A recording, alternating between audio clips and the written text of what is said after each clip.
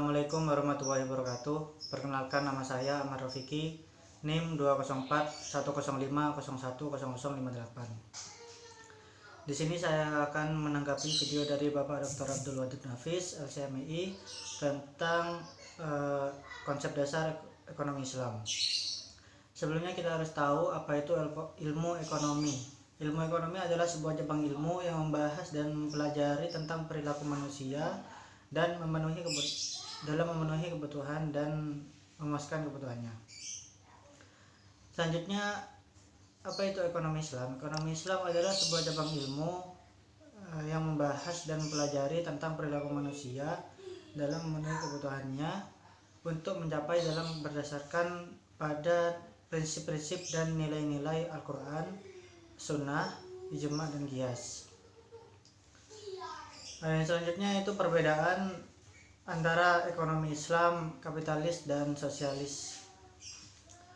Perbedaan pertama, Islam bersumber dari Al-Quran, As-Sunnah, dan ijtihad ulama. Sedangkan kapitalis bersumber dari pemikiran dan pengalaman manusia. Dan sosialis bersumber dari pemikiran dan pengalaman manusia. Perbedaan kedua, kompetisi dikontrol syariat Islam. Kapitalis, kompetisi usaha bebas dan melahirkan monopoli. Sosialis, tidak terjadi mekanisme pasar dan tidak ada persaingan. Perbedaan ketiga, Islam mengaku kepemilikan individu dan umum secara nisbi. Sedangkan kapitalis, pengakuan kepemilikan individu secara bebas. Dan sosialis tidak mengaku kepemilikan individu semua alat produksi milik umum. Perbedaan keempat, kesejahteraan bersifat jasmani, rohani, dan akal.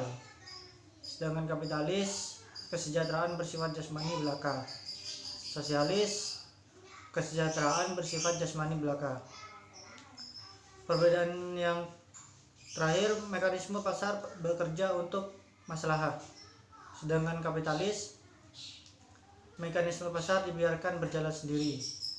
Dan sosialis, perekonomian dijalani lewat perencanaan pusat oleh pemerintah. Sumber hukum ekonomi Islam itu Al-Quran, As-Sunnah, Qiyas, Ijma'. Al-Quran adalah sebagai sumber hukum dalam ajaran Islam, sedangkan As-Sunnah sumber hukum berasal dari sabda Rasulullah. Ijma' yaitu kesepakatan ulama dalam mencapai mujtahid.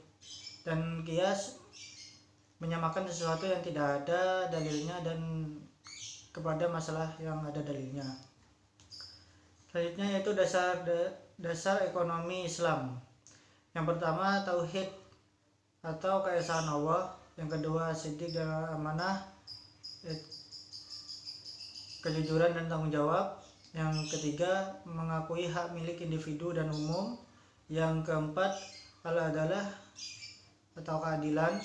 Yang kelima, al-tawazun atau keseimbangan. Dan yang keenam, at-ta'asun atau tolong-menolong. Prinsip-prinsip ekonomi Islam bebas dari maghrib, itu maisir, goror, dan riba. Maisir adalah setiap permainan yang ada di dalamnya disyaratkan sesuatu berupa materi yang diambil dari pihak yang kalah atau pihak yang menang. Sedangkan goror adalah ketidakpastian. Maksudnya dalam transaksi muamalah adalah seseorang yang ingin menyembunyikan oleh sebelah pihak dan hanya boleh menimbulkan rasa ketidakadilan serta penganiayaan kepada pihak yang lain.